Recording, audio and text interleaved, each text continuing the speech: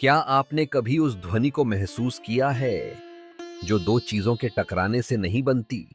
एक ऐसी गूंज जो इस पूरे ब्रह्मांड के जन्म से पहले भी मौजूद थी और जो महाप्रलय के बाद भी कभी शांत नहीं होगी। हां, हम बात कर रहे हैं ओम की। ओम, जिसे सिर्फ एक साधारण शब्द मान लेना शायद इंसानी इतिहास की सबसे बड़ी भूल होगी। यह भारतीय परंपरा और दुनिया भर की आध्यात्मिक यात्राओं का वह गुप्त नाद रॉकेट है जो आपके प्राणों को सीधा उस परम शून्य, उस दिव्य प्रकाश की ओर ले जाता है। लेकिन रुकिए, क्या आप जानते हैं कि जिस ओम का हम रोज उच्चारण करते हैं वह शायद अधूरा हो सकता है? क्या आपको पता है कि ओम के 5 गुप्त चरण होते हैं? आ, उ, अम, और उसके बाद आने वाला वह रहस्यमयी अर्धचंद्र और बिंदु। जब ओम की यह ध्वनि आपके आज्ञा चक्र यानी दोनों भौहों के बीच टकराती है तो वह कौन सा अनजाना प्रकाश है जो भीतर के अंधकार को चीरता हुआ अचानक प्रकट होता है? कैसे यह एक साधारण मनुष्य को तुरिया अवस्था यानी समाधि की अंतिम दहलीज पर लाकर खड़ा कर देता है। आज इस वीडियो में हम ओम के उस ब्रह्मांडीय रहस्य से पर्दा उठाने जा रहे हैं, तो आत्म साक्षात्कार की इस रोमांचक यात्रा के लिए तैयार हो जाए। प्रकरण 10 ओम विधि और ध्यान। प्रश्न 1 ओम विधि क्या है? आत्म साक्षात्कार के लिए इस तकनीक का पालन कैसे करना चाहिए? उत्तर: ओम यह हिंदू धर्म और भारतीय पौराणिक परंपरा का सबसे सम्मानित, पूजनीय और आदरणीय शब्द है। अन्य धार्मिक परंपराएं भी आमीन, एक ओमकार आदि जैसे शब्दों का उसी श्रद्धा से उपयोग करती हैं। मूल रूप से इन सभी आदरणीय शब्दों की ध्वनि एक ही है, वह है ओम। यह एकमात्र ऐसी ध्वनि है जो दो वस्तुओं या सत्वों के आपस में टकराने या रगड़ने से नहीं बनती। यह मुंह से निकलती हुई वायु के प्रवाह से बिना किसी घर्षण के उत्पन्न होती है। ओम प्रणव है और इसमें 5 मात्राएं होती हैं। इसका अर्थ है कि ओम के उच्चारण के 5 चरण होते हैं। यदि ओम का सही उच्चारण नहीं किया जाता तो शरीर में जैव आध्यात्मिक ऊर्जा उत्पन्न नहीं होती। ओम की 5 मात्राएं हैं अ, उ, म, अर्धचंद्र और बिंदु। ओम के उच्चारण की ये 5 चरण बताते हैं कि के आकार की ध्वनि उक के उकार में विलीन होनी चाहिए और फिर म के मकार में विलीन होनी चाहिए। इसके बाद आज्ञा चक्र पर हल्का सा अनुभव होता है, जैसे अर्धचंद्र ऊपर उठ रहा हो। यह सुखद और हल्की दबाव जैसी अनुभूति दोनों भौहों के बीच ओम की ध्वनि से उत्पन्न होती है। इस अवस्था और अनुभव को तुरीय संध्या कहा जाता है। इसके आगे प्रकाश को बिंदु के रूप में ऊपर की ओर बढ़ते हुए अनुभूति करना चाहिए। यह साधक को तुरीय या अतीत अवस्था की दहलीज तक ले जाता है। इसे स्वधा ओम कहा जाता है। इस अवस्था में ललाट पर अर्धचंद्र के प्रकाश की झिलमिलाहट स्पष्ट रूप से अनुभव होती है, जो यह दर्शाती है कि साधक द्वारा ओम का अभ्यास सही ढंग से हो रहा है।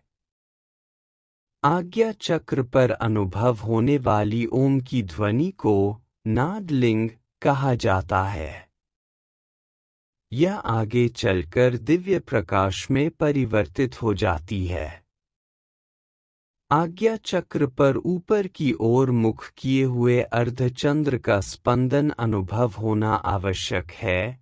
यह ओम के सही उच्चारण और शरीर के जैव आध्यात्मिक कणों के क्रमशः चुंबकीय होने की पुष्टि करता है।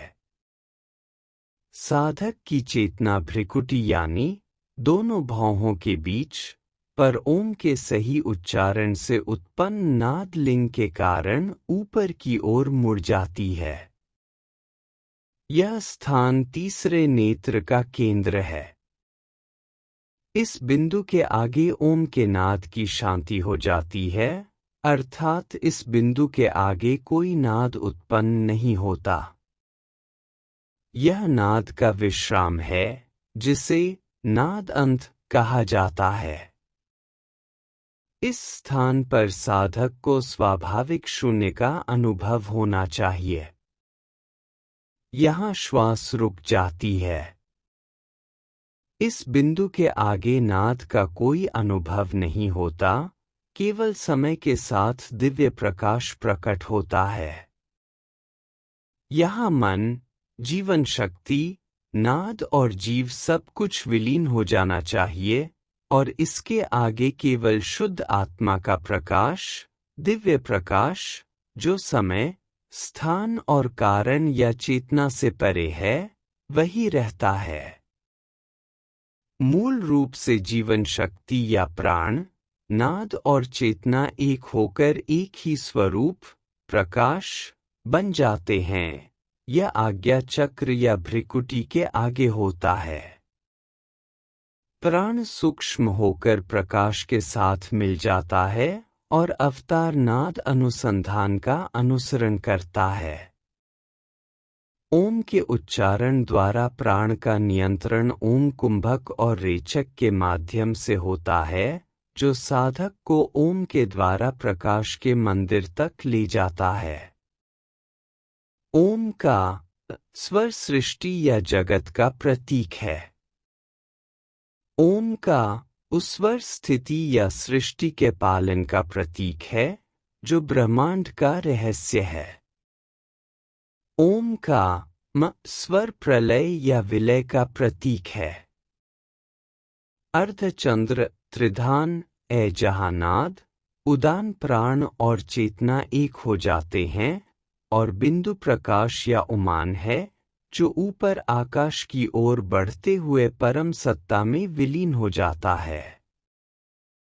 ओम दर्शाता है दृष्टा, दृश्य और प्रकाश का वह ब्रह्मांडीय रहस्य, जिसमें पूरा ब्रह्मांड बिंदु में विलीन हो जाता है, और जब यह चिदाकाश में साधक के भीतर होता है, तो वही तुर्या या अतीत अवस्था होती है। तुर्या अवस्था या परम चेतना में स्थित अवस्था समाधि की दहलीज है। यह एक अर्धानंद की अवस्था है और इसे ओम तकनीक द्वारा प्राप्त किया जा सकता है। सहस्रार चक्र में चेतना में स्थित परम अवस्था तक पहुंचने से पहले साधक स्वधा ओम से अवधा ओम की ओर बढ़ता है। इस अवस्था में भाव नहीं रहता और यह देखने वाला, देखा जाने वाला और देखने की क्रिया से परे होती है। यह एकत्व की अवस्था है, अर्थात विलय की अवस्था। इस अवस्था में कोई चेतना शेष नहीं रहती। सहस्रार पर कोई ऊर्जा या आरोहण नहीं होता और शेष ऊर्जा प्रकाश के रूप में चिदाकाश में फैलती हुई अनुभव होती है। यह प्रकाश सहस्रार में चिदाकाश को प्रकाशित करता है और ओम तकनीक से इसके आगे प्रकाश का आरोहण नहीं होता।